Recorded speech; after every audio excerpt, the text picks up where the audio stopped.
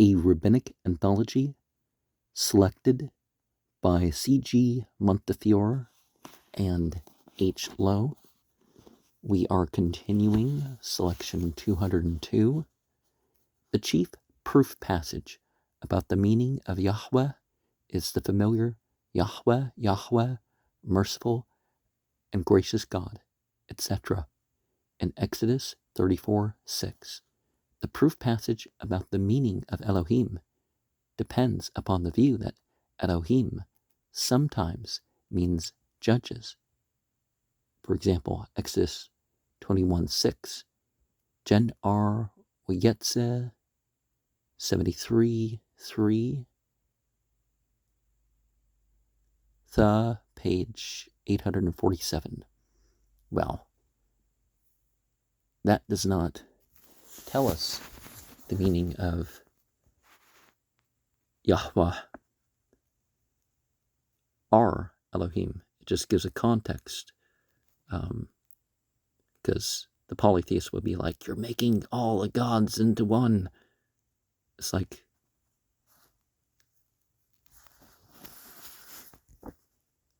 perhaps it's the other way around. People are making like God is, each of its names often something separate, or different personages or whatever, right?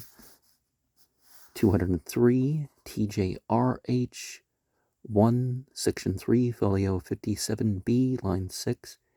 It is the custom among men, when they appear before a court of justice, to put on black clothes and to let the beard grow long, because of the uncertainty of the issue. Israelites do not act so. On the day when the judgment opens, the new year, they are clad in white and shave their beards. They eat and drink and rejoice in the conviction that God will do wonders for them. TJRH 1357B 6. Very often, it is Moses, the patriarchs, who are represented either in their earthly lives or after their deaths, as pleading for Israel's forgiveness and effecting it. They become intercessors for Israel before God. In the Islamic tradition, it's not any nation or ancestry that the prophets pray for, but they pray for the righteous believers. 204 Nam R Shalach Leka 1627. It is written, how long shall I bear this evil congregation? Numbers 14:27. And my name is great among the nations, says the Lord. Malachi 1:12. God said, the nations honor me, and you for whom I have wrought many miracles provoke me. I carry you. How long shall I bear you? God said, it is, as it were, as if a man brought a slave, so that the slave should carry the lantern before him and make the way light. But I, though you are my slaves, as it is said, for unto me the children of Israel are slaves. Leviticus 25:55. Have taken the lantern and given you light. Usually, when a man buys a slave and he goes on a journey, the slave precedes him and provides for him a well-provisioned resting place.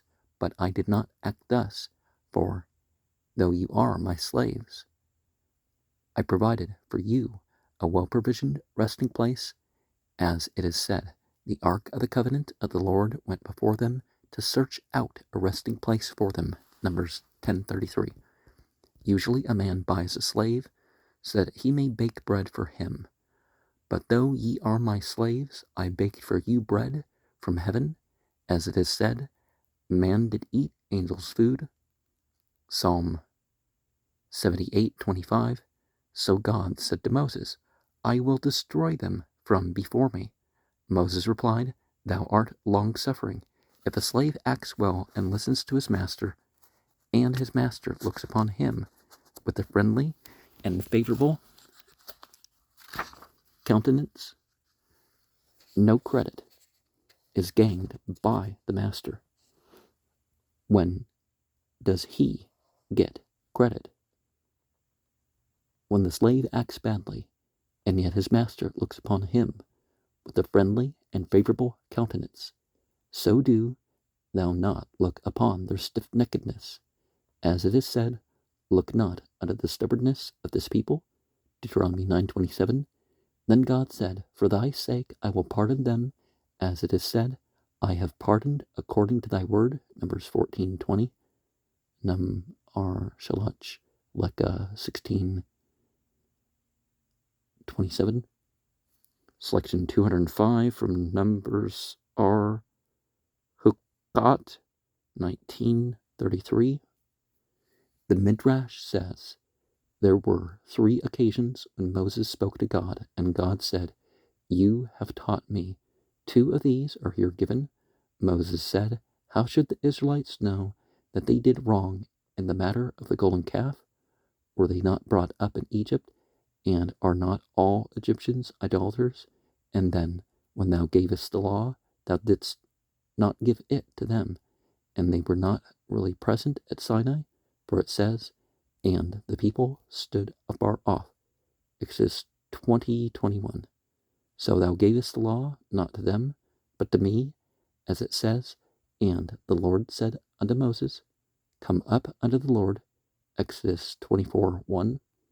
And when thou gavest the 10 words, thou didst not give them to the Israelites, for thou didst not say, I am the Lord your God, but I am the Lord thy God. Thou didst speak to me, perhaps I have sinned. Then God said, you have spoken well, you have taught me. Henceforth I will say, I'm the Lord your God. Then again, when God said he visits the iniquity of the fathers upon the children, Moses said, Lord of the world, many wicked fathers beget righteous sons. Should these bear the iniquities of their fathers? Terah was an idolater. Abraham was righteous. Ahaz was a sinner. Hezekiah was righteous. Ammon was a sinner. Josiah was righteous. It is fitting that the righteous should be punished for the sins of their fathers. Then God said, you have taught me. I abrogate my word and confirm your word, as it is said, the fathers shall not be put to death for the children, nor the children for the fathers. Deuteronomy 24:16. And I will ascribe it to your name, as it is said, but the children of the murderers he slew not, according to that which is written in the book of the law of Moses. The fathers shall not be put to death for their children, nor the children be put to death for the fathers. 2 Kings 14:6, Numbers R. Hukat, or Chukot, dot below is the cha, right? 1933. Now, we see politically how wrong the way that some people act are. Like, they should have dealt with the Taliban. The Taliban said, hey, if there's proof that these people did something, we'll bring them out ourselves, we'll take care of it, or we'll hand them over to your justice courts or whatever, if you stop the bombing and all that. And, there wasn't interest, and it wasn't really about those people anyways. We see what's going on with Israel, and if those people weren't defending themselves against the well fillers and the fruit tree cutters cursed in Torah, if their children weren't being kidnapped, their men, women, and children kidnapped and put into all sorts of abuses, at least since Ariel Sharon made it official in 1952. Unofficially, it was done even for the state of Israel to some degree. Then it would just be the men who did the attacks that should be punished, right? And one of the things also, I was raised, man shall be punished for his own sins and not for Adam's transgression. And, a lot of churches act like, there's generational guilt or something. And this is the left, well, it's always been a left-wing thing. Because if you can't blame things for what they did, it's like, well, your ancestors, and it's like, so Black Lives Matter has picked up on that sort of stuff, and it's like, no, you don't have ancestral trauma. You have your own stuff, You don't try to figure out, well, what went wrong with my ancestors so I can deal with it. It's like, anyways, 206, Exis R. Ke Tissa, 47:9. It is written in Exodus 32:11. Moses said, Lord, why does thy wrath wax hot against thy people? Why art thou angry with them? Is it that they have made an idol? But thou hast not commanded them not to do so. Some stuff you shouldn't really have to tell people, but God said to Moses, have I not said in the second word, that thou shalt not make unto thee a graven image? Moses replied, thou didst not command them, thou didst command me. The commandments are given in the singular, thou. Hence, Moses ingenuously argues that they referred only to him. If I have made an idol, blot me out of thy book. When God saw that he gave his life for them, he said, for thy sake I will give them the law, as it is said, write thou these words, Exodus 34:27. Exodus R. Ke Tissa, 47:9. Selection 207, Exodus R. Ke Tissa, 46:1. Moses saw that there was no continuance for Israel, so he united his life with their life, and he broke the tables. And he said to God, they have sinned, and I have sinned, and if thou wilt pardon them, pardon me too, but if thou wilt not pardon them, then pardon not me. Blot me out of thy book. Exodus 32:32. Exodus R. Ke Tissa, 46:1. Now, that's another thing where the Islamic tradition differs from the Judeo-Christian one, is that Moses sets down the tables.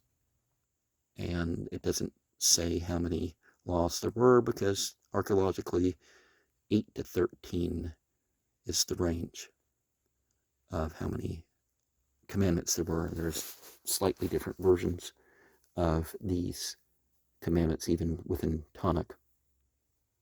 But also a believer is not making the prayers saying that they are forsaken by God, or that if you won't do this for, then take away my other blessing. And it's like, that's not a statement of a believer. And certainly the prophets were the first of the believers for their nations. 208 from Deuteronomy R. Kitabo 7:10. When Moses asked God that he might enter the promised land, God said that he had canceled his decree to destroy Israel. After the sin of the golden calf, at Moses' request, he could not grant two requests. Let Moses choose, let the old request be canceled, then the new request could be granted.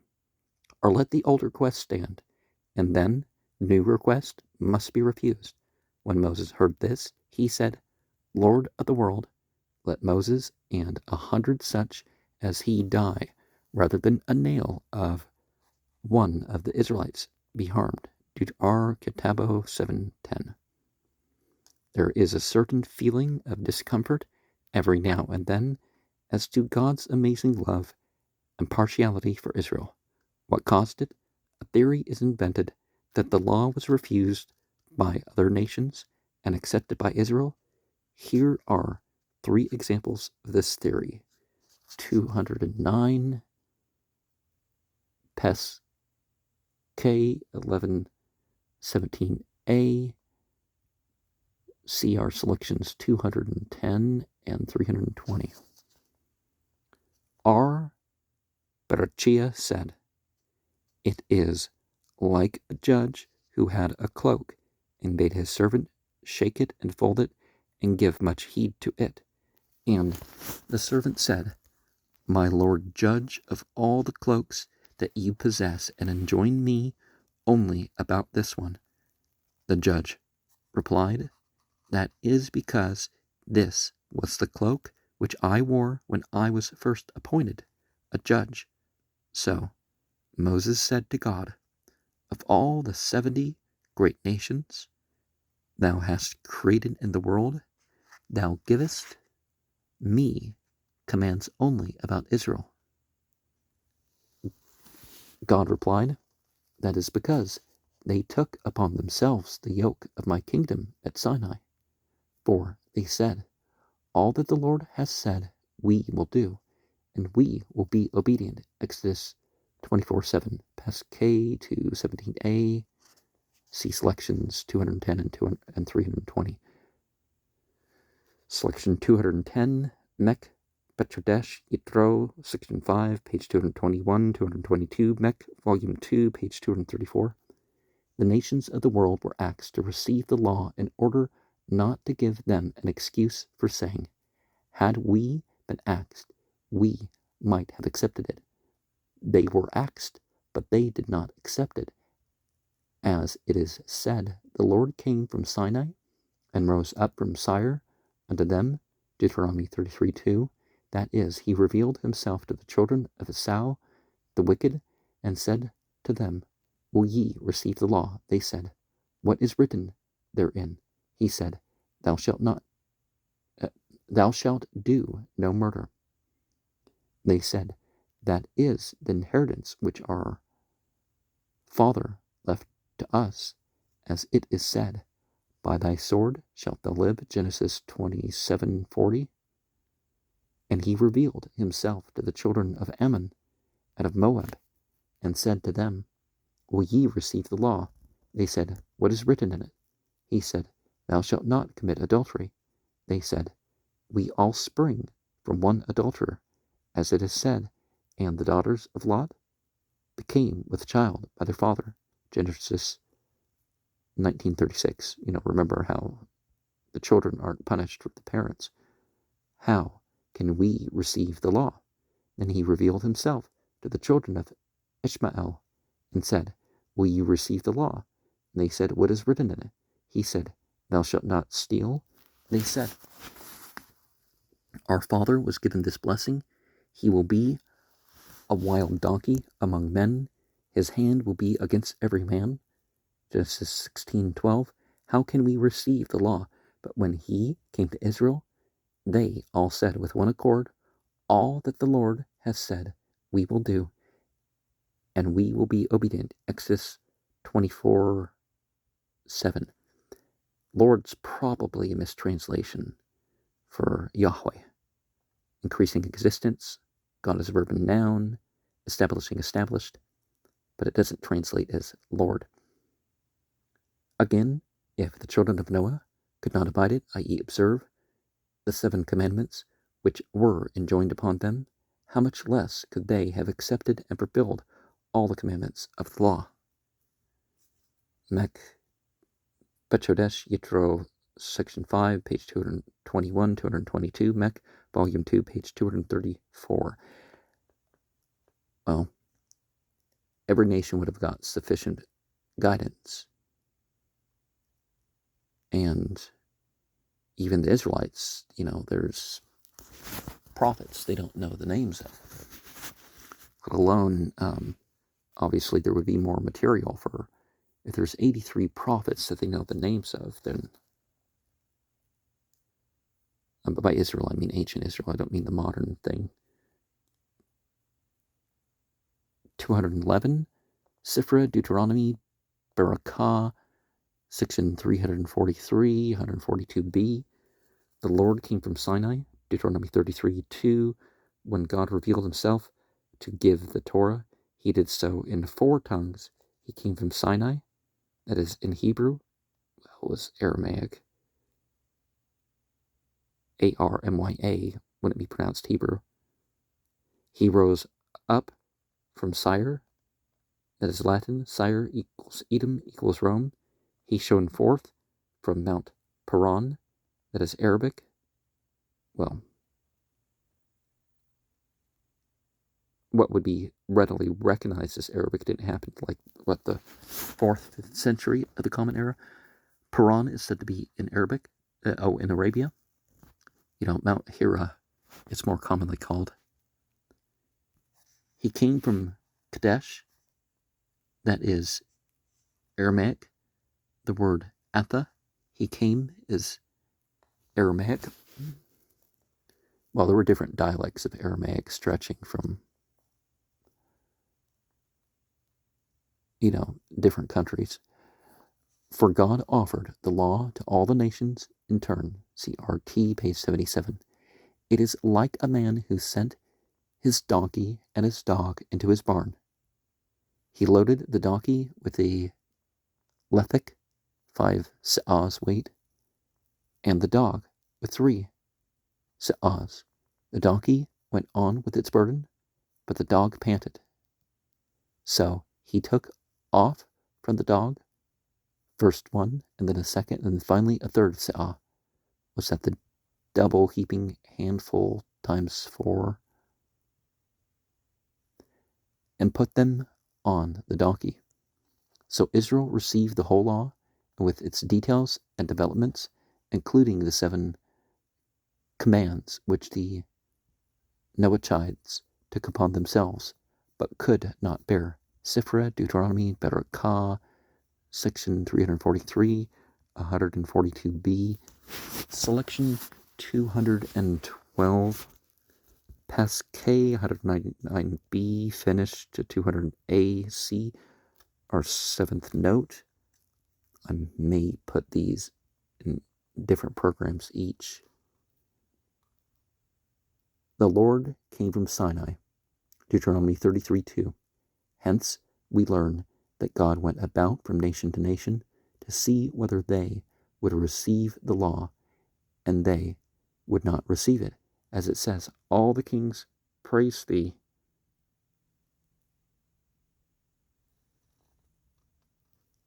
O Lord, for they have heard the words of thy mouth. Psalm 138:4. Now, before we go further, the dash part, that's you think ancient Egyptian, right? Psalm 138:4. Oh, is that why in the LDS temple ceremony people say, you say, "O Lord, hear the words of my mouth"? One might think that since they heard, therefore, they were also willing to receive the law. But Micah came and explained, saying, I execute vengeance in anger upon the nations which have not hearkened. 5:15. Hence, we may learn that they did hear, but would not receive the law. David came and gave thanks, as it is said, Thou art the God that doest wonders, in that thou hast shown thy might among the peoples. Psalm 77:14. For David said, Thou hast done wonderful things in thy world, in that thou hast made known thy law to all the peoples of the world. For by the word might is meant the law, as it is said, the Lord gives might to his people. Psalm 29:11. R. Abahu said, as it was known and revealed unto God that the nations would not accept the law, why did he seek to be justified in regard to them? Because such is God's character. He never punishes till he is justified in regard to his creatures. Only then does he drive them from the world. For God does not act as a tyrant toward his creatures. Thus, in this particular case, God gave the nations the choice and possibility of accepting the law. Only when they refused to do so did he punish them. Pasquet 199b, finished to 200a, see note 7. 213, Tunch B. Yitro 38. B. God gave the Torah in the 3rd month. Exodus 19:1. Are we in the 3rd month? Yeah, I think we might be in the 3rd month of the biblical calendar. Because starting in March, starting in April, starting in May. Why in this month? Because it is in the zodiacal division of the twins. Well, nowadays, it's a couple over, right? It's in Aries. So that the Gentiles should not have an excuse for saying, if he had offered us the Torah, we would have fulfilled it. Some of these things hint at references to previous ages in other ways too. Even if the reference is the 3rd month, they could be talking about the age of Gemini. So God said, see, I have given the Torah in the twins, so that Esau, Jacob's twin, may come and learn Torah and become a proselyte. Tunch B. Yitro 38b. Selection 214, Tunch B. Terma 47a. See selection 304 and 906. If only the nations knew what a benefit the tabernacle was to them, they would surround it with tents and forts to protect it. Why, before the tabernacle was set up, the divine speech was wont to enter the tents of the nations, and they would be terrified. For who of all flesh has heard the voice of the ever-living God as thou didst hear it and live? Deuteronomy 5:26. Thou couldst hear it and live, but not they. But from the tabernacle, God's voice was heard gently. Still better for the nations than the tabernacle was the sanctuary, as Solomon said in his prayer with reference to the foreigner, 1 Kings 8:41. Also the prayer of the foreigner, who is not of thy people Israel, mayest thou hear from heaven. Of an Israelite who comes to pray, Solomon says, mayest thou give each man according to his ways. 1 Kings 8:43. For thou knowest his heart. 1 Kings 8:39. But with regard to foreigners, he says simply, grant them according to their desire, so that all the earth may know that thou art God. Tunch B. Teruma 47a, 304 and 906. We do need to remember such things as the prayer books often have a different order of the appearance of the verses than what is in Scripture. Section 215, Tunch B. Pachukotai 55a. It says, if ye walk in my statutes, I will give you rain in its due season. Leviticus 26:3. But if not, I will make the heavens as iron.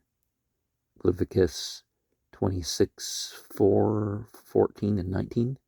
So, the prophet says, it is on your account that the heavens are restrained from dew. Haggai 1:10. Thus, it is on your account that the Gentiles suffer. Joshua B. Levy said, if the Gentiles only knew that they would suffer through Israel's sin, they would establish 2 armies so as to guard every Israelite from wrongdoing. Yet it is not enough that the Gentiles do not guard Israel, but they even induce them to abandon the commandments. But if Israel sin not, the whole world is blessed. Genesis 26:4. And Well, the blessing, I'll remember Tunch B. Bechukotai 55a, is those who bless not the Israelites, but who bless Abraham. And who does that more than everybody else combined? The Muslimin. The majority of the rest is done by the Jews. We'll give them that. 216, Tan DBL, page 174. A man said to me, "My master, why do the Gentiles enjoy this world?" I replied, "My son, this is the reward because God separated Israel from among them. It is like a king who found that one man out of a large family did his will. The king sent gifts to all the members of the family for the sake of that single man who did the king's will. So it is with the Gentiles. They enjoy this world as a reward that God separated Israel from among them." Ton DBL 174. Such theories or stories seem partially to explain and justify the peculiar relation and nearness of God to Israel and of Israel to God, while speculation and theory isn't the same. So we do, well, that one didn't have references, but some of them have references, so you could call some of them theories. This nearness of God is half physical, half spiritual. The conception of the Shekinah was of great value to the rabbis in their emphasis on the belief that wherever Israel is, there too is God. For in one sense, if God is everywhere, he is no nearer to one bit of space than to another. But had he dwelt, as we have seen, in the sanctuary, and he is ever close to Israel, accompanying them in their pilgrimages and exiles from land to land, for the Shekinah, as God's more concentrated presence, can both contract and expand. See selections 12 and 31. A striking saying of R. Akiba's has been already quoted in somewhat similar connection, 173. The thought of the last passage is frequent. Again, the idea occurs that it was not till and only through the deliverance from Egypt that Israel really became God's people. So one gets a passage like this, 217, Lam R, Introduction 29, Zabdi ben Levi, using Psalm 68:8, God sets the solitary in their houses, said, "You will find that till the Israelites were redeemed from Egypt, they dwelt by themselves, and the Shekinah dwelt by itself.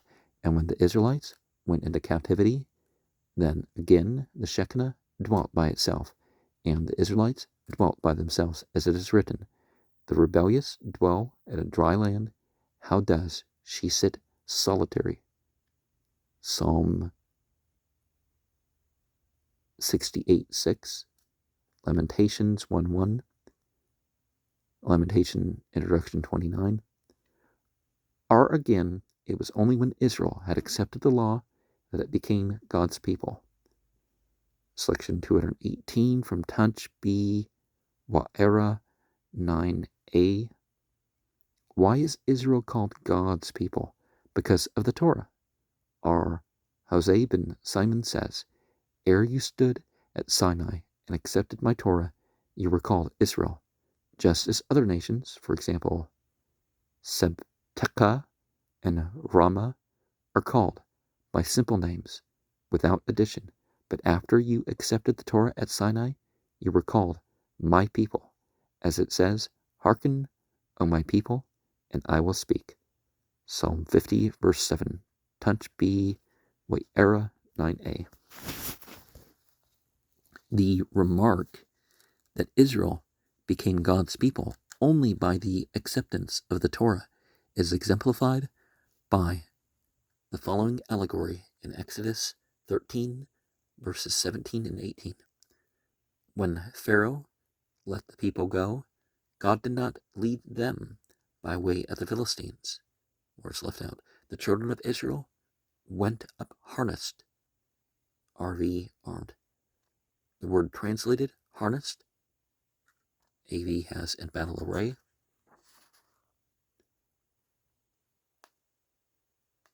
Shamushim is unusual. The Targum renders it by Zerazin, zealous in service, see our selection 359, and it is connected with the Chumash, literally a fifth, the Pentateuch. So, says the allegory 6 times in succession, do the scriptures either style them or use a pronoun. It is only after Bene Israel, the higher title, was given them only because of their acceptance of God's law. I regret that the source of the allegory is no longer known to me, and I shall be glad if a reader can enlighten me as to its origin. See our selection 164, and this is a comment by H.L. 219, Sephra number Beha Olateka 77, 19b, then H, page 71, finish. First acknowledge or accept God's kingship over you, and then only seek for his compassion. It is also said that God did not dwell below till the sanctuary was built. 220, numbers R, Naso 13:6. From the first day on which the world was created, God yearned to dwell with his creatures below, but he did not do so till the sanctuary was erected, and then God caused his Shekinah to rest upon it, and when the princes came to make their offering, God said, let it be written that on this day the world was created, as it is said on the first day, Numbers 7:12, numbers R, Naso 13:6. Into the ancient controversy whether the year began in the spring, i.e. Nisan, or in the autumn, i.e. in Teshri, we need not now enter. The beginning of the TB Rosh Hashanah speaks of the 4 different New Years, just as we have different dates for the reckoning: financial, judicial, academic, and civil years. It is interesting that the recent Rosh Hashanah evidence is held to point to the spring beginning. This is the view of numbers R and is illustrated by this passage in the ancient chronicle, Seder Olam, chapter 7, edited by Neubauer, page 37 in volume 2 of Medieval Jewish Chronicles. We read that on the 23rd of Adar, Moses began to set up the tabernacle and perform the ceremony of consecration. This was completed on the 1st of Nisan. And in the Islamic tradition, they talk about Abraham establishing the Kaaba on the foundation on the 25th of the 11th month, in time to start the month of rites. Before that, the greater pilgrimage. That day was the first of creation, and the consecration of the 12 princes, of the tribes, of the order of the months, of the dwelling of the Shekinah, in Israel, of the prohibition to sacrifice on high places, of the priesthood, and of the blessing, of the temple service, etc. And to that day applies Canticles 4:16, arise north wind, i.e. the Holocaust slaughtered in the north, and come south wind, i.e. the peace offerings slaughtered in the south, and let my beloved, i.e. the Shekinah, come into his garden. In consequence of this interpretation, the passages in Numbers 7 relating to the consecration of the 12 princes is read day by day after morning service from Nisan 1 to 12. But another tradition puts the beginning of the world on the first Tishrei. See the hymn on page 157 of the New Year service in Davis and Adler's edition. For sources, see Heidenheim's note in that location, and this note that we just went over is Herbert Loewe's. The immense importance of the sanctuary to the rabbis is illustrated by the following: 221, numbers R, Nassau, 12:12. What was the world like up to the building of the sanctuary? It was like a chair with two legs, which cannot stand firmly, but shakes. When a third leg is made for it, it stands firmly. So when the sanctuary was made, the world became secure. For at the beginning, the world stood on two legs only, namely on loving kindness and the Torah, and it shook. But when the third leg was made for it, namely the sanctuary, it stood firm. Words left out. At the time when God made the Israelites build the sanctuary, he indicated to the angels of the service that they too should make a sanctuary. So when the sanctuary below was set up, the upper sanctuary was set up also, and it is the sanctuary dwelling of the youth whose name is Metatron. 184, and in it he offers up the souls of the righteous to atone for the Israelites in the days of their exile. Numbers R, Nassau, 12:12. In making the altar, iron might not be used. Section 222, Tunch, Yitro 17, 126b, finished, C 1508. For if thou lift thy tool over it, thou dost pollute it. Exodus 20:25. For the altar was made to add to the length of human life, but the iron blade shortens human life.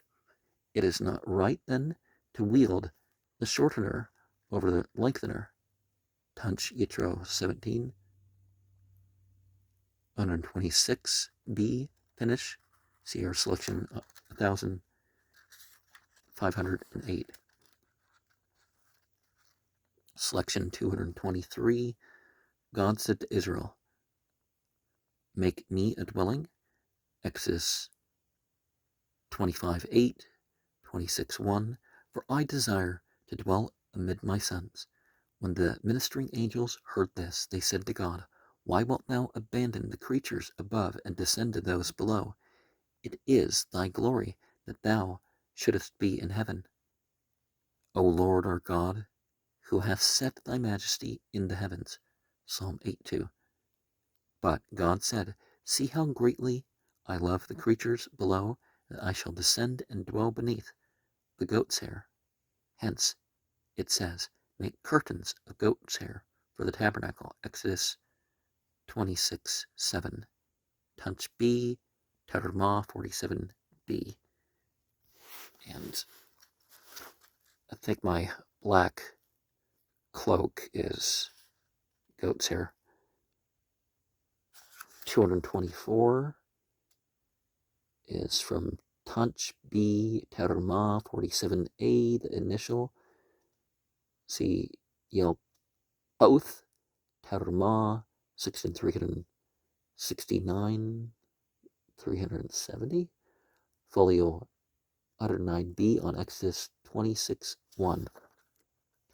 I have loved you, saith the Lord, and ye say, Wherewith hast thou loved us? Malachi 1:2. See with what love God loves you. From earth to heaven is 500 years distance. From the first heaven to the second there is yet more, and so between each of the 7 heavens, and we need not reckon beyond the footsteps of the angels. Above them all is the divine throne. See then how I have loved you, in that I have left all this sublime glory, and said to you, make me goatskin curtains, Exodus 26:7, and I will abide among you. Touch B, Tarma 47a, the initial C, Yelgoth, Tarma, section 369, 370, folio 109b on Exodus 26:1. Another view is the Shekinah came to earth at the creation, but through human sin removed itself farther and farther from earth.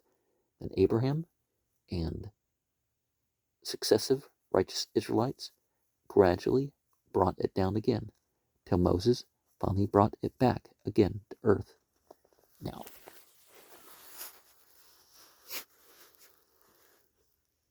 Abraham, there's a gap between Abraham and anything you could call him Israelite,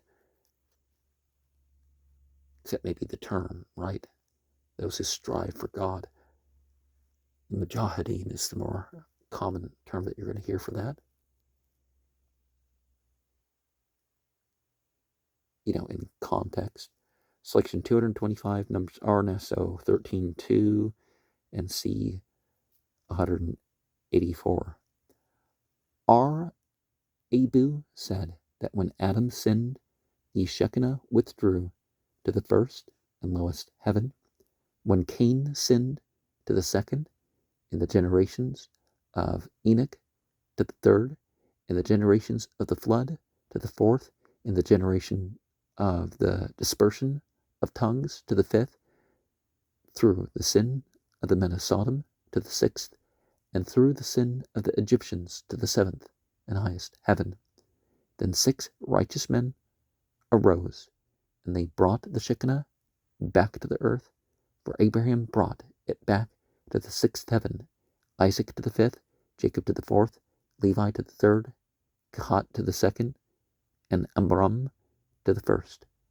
Moses finally brought it back from the upper world to the lower world, i.e. to the earth, for indeed the wicked cause the Shekinah to ascend from the earth, while the righteous cause it to dwell on the earth. When exactly did the Shekinah come down upon the earth? On the day when the sanctuary was set up, as it is said, then the cloud covered the tent of meeting, and the glory of the Lord filled the sanctuary. Exodus 40, verse 34. Numbers R and SO 13.2, see our selection 184. And we can refer to the reference of the Quran coming down too.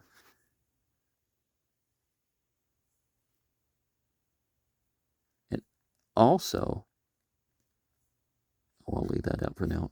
This theme is the subject of a beautiful poem, of which the authorship is uncertain. The poem is included in the series of dirges recited on the 9th of Ab in the Sephardic Rite, and it will be found with an English translation on page 114 of the order, words left out, of prayers for the fast days, words left out, David Levy, London, AM 5570, i.e. 1810 of the Common Era. For details as to authorship, etc., see I. Davidson, Deaths of Med, Hebrew Poetry, New York, 1930, Volume 3, page 461, number 1167. That notes Herbert Lowe's, the mixture of God's spiritual presence with his semi-material presence in the final quotation is quite characteristic. Sometimes the rabbis are also ready to generalize and to say quite simply that the Shekinah ever accompanies the righteous.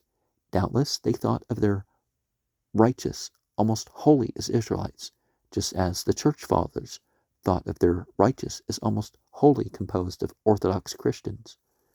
226 from Gen R. Weyesheb, 86.6, that page 1058, and the abbreviations prefixed to the end of Loewe's introduction in these recordings. R. Simeon B. Yochai said, "Whithersoever the righteous go, the Shekinah goes with them." Gen R. Weyesheb, 86.6, that page 1058. Now, the presencing of whichever spiritual side doesn't terribly depend on whether what the other side is doing, you could say. Now, you could say that a place of worship can lose its presence. There are certain places where it's guaranteed regardless of what happens to it, but yeah, the practices could change, or something wrong could happen there, and